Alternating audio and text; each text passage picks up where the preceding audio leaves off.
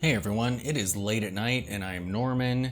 Tonight's watch news video is completely different than any other news video I've done yet. You'll notice that there's no paper because I have zero notes. Tonight we are flying by the seat of our pants, as they say.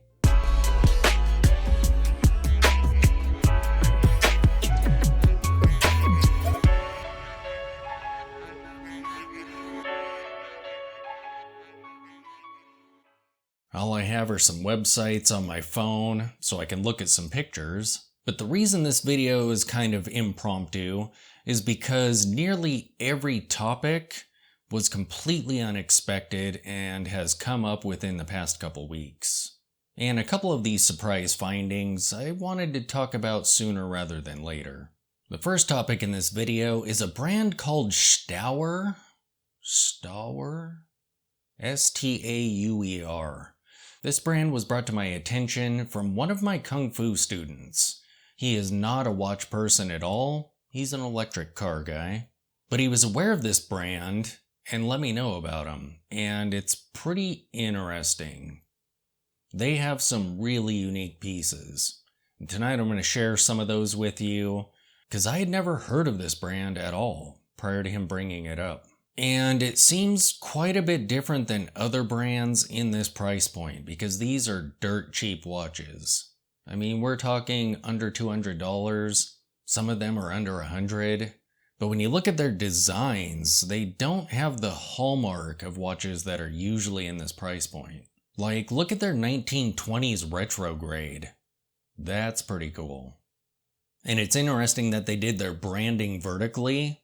I'm not sure I've seen that. This watch has two hands that are oriented in the left side of the dial, and they point off to the right, where the retrograde indices are. They're done in a very elegant font. One of the curving paths of indices marks the hours, and the other one marks the minutes. There's a crown and a pusher on this watch. It is gold tone, but this watch is $150, so I'm not sure what kind of materials they used. Certainly not gold. They also have a crazy looking ladies retrograde watch. Look at the shape of that case. That's pretty wild. This watch is a lot like the previous one, except that the hands are oriented upwards. So they're situated at the 6 o'clock, and the retrograde markers curve along the top of the dial. The 1930-Tronic is also pretty cool. It's $150, and you'll notice that this is actually an automatic watch. I had to go back and double check, and at least the first retrograde watch that we looked at, that one's quartz. And of course the crystals are mineral at this price point, and the case on that first watch we looked at is 43 millimeters, so it is huge. So I guess they do have some of the hallmarks of super cheap watch brands. Big cases. There are a few pieces that you would expect to see from a brand like this, like the crazy busy chronograph that they have. But then there's the 1944 Ritorno. Look at that watch. The Time Master Piezo watch is pretty cool looking. These are just surprisingly unique. It's crazy. It would be interesting to see their watches in person because they're so inexpensive. How are they not garbage? They look great, but I'm glad I heard about this brand though. It's always cool discovering new brands. Whether they're good or bad, just to become aware of them. And the next topic I have is a watch that I encountered just today. I was watching YouTube, like I always do, and I saw a review from one of the big heavies of the Behrens, I think that's how you pronounce that, ultralight 20G watch. And in the video, I was super impressed by the looks of this watch. It looks pretty cool. It's kind of on the large size, especially for a squarish, if you can call it that, watch. But this piece is one of the lightest watches in the world, one of the thinnest watches in the world. And according to the video that I saw, he called out that not only is the case curved, but the movement inside it is curved. That's crazy. And when you hear about watches like this, you would expect a crazy, stupid rich price for it.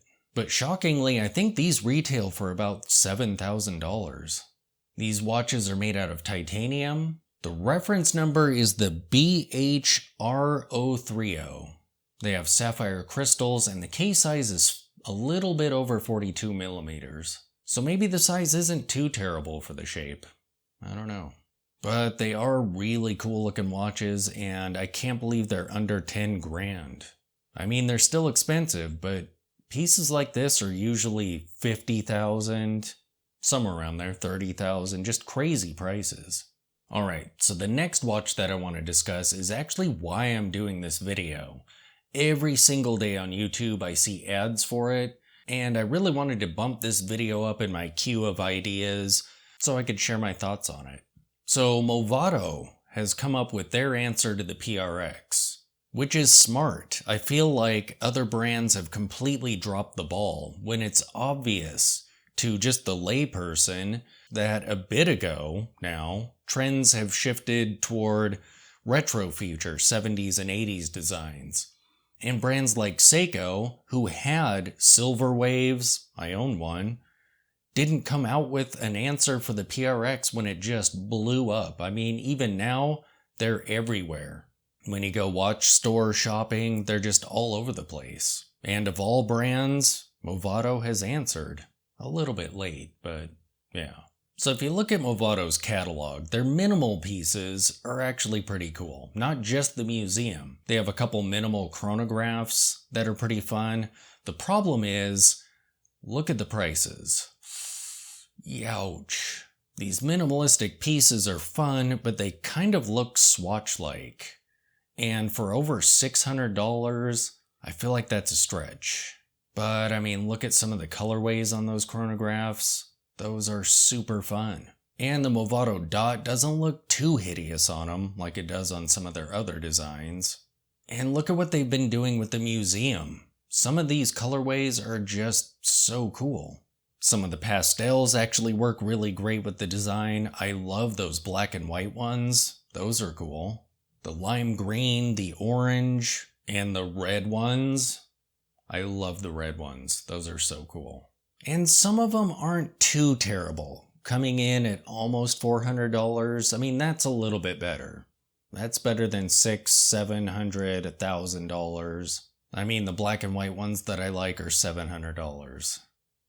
But their PRX answer is the Bold Quest watches. And they look really good in the ads. But I guess anytime you have a professional photographer or videographer filming a watch on someone's wrist, most pieces can look really impressive. But every time I see those ads, I think to myself, that's actually a good answer to the PRX. It's a more minimalist take on that design. But my thoughts on these watches are this. One, the case size is 40 millimeters. If they had some variety in sizes, I think that would be good. Styles like this, I feel, wear kinda large. So maybe a 40, maybe a 37, something like that. And yes, they all have dates, which is interesting, because the dials are kind of museum style. I feel like a no-date variant would be fitting. But I think the most frustrating thing to me about these watches, besides the price tag, is the colorways, or lack thereof. So at least on their website right now, so far, I'm only seeing a green dial, a blue dial, a murdered out one, and a yellow gold with a black dial.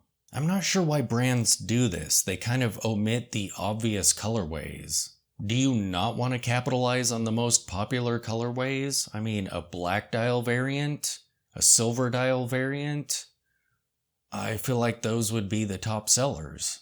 And it's not just Movado. Christopher Ward's the 12s also are kind of limited. If you're looking for something in 36 millimeters in that lineup with no date, you don't have a black dial option, and you don't have a silver dial option either.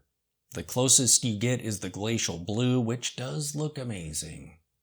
But it's so weird. Why not have the most popular variants in your lineup? Oh, and look at this Bauhausy piece. I don't think I've ever noticed that on the Movado site before. So this brand's pretty hit or miss, but it's cool seeing someone answer the PRX.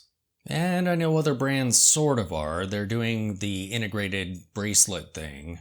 I mean the F77, but it is not really that 80s look that the PRX has. Okay, this next watch was an absolute shocker to me. And how I stumbled upon it is just crazy. So my brother texted me. He sent me a picture of a Tudor Pelagos with fixed bars. And it reminded me of Omega's Manta lugs that I encountered back when I did a super ultra deep dive watch video. So I went onto Omega's site looking for those. And this is the watch that I stumbled upon. Look at that thing. Oh, that is absolutely gorgeous. I want one. And it's puzzling at first because the watch slides out of its own case. What is happening? Well, apparently, according to Omega, this watch is actually the first commercially available dive watch. And it's crazy how dressy it is. That is an absolutely gorgeous tank style watch. I would so love to own one of these. I love that case design. Look at how small that dial is, set inside all that metal that's around it, but it looks super cool. And the concept is interesting too. The watch slides out so that you can access the crown, but when it's closed up, it is housed inside cork, I think it was. I'll have to reread that. And that helps with the water resistance. Wow. I had never heard of these watches before, but they are just so impressive. Why don't brands reissue some of these pieces? Because surely these watches are pretty much impossible to find. I mean, that would be so cool to come up with a contemporary watch that has the exact design, exact dimensions, a modern movement inside it, and some actual gaskets and whatnot, but it still does the sliding in and out thing. Oh, that would be a grail watch. Okay, and the last topic was also a bit of a surprise. So I've been enjoying the Cyber watch a lot. I did my first impressions of it, but I haven't done a full review of it yet because I'm a total slacker. Well, actually, I'm the opposite of a slacker. I'm pretty much always working on stuff. Super busy. But I haven't yet gotten to that review, and I thought I would just peruse their site because I remembered seeing a couple other pieces by them. I had no idea this brand was only 7 years old, and that all of their pieces are absolutely amazing looking sci-fi watches. I think there's only one design that I don't really care for personally.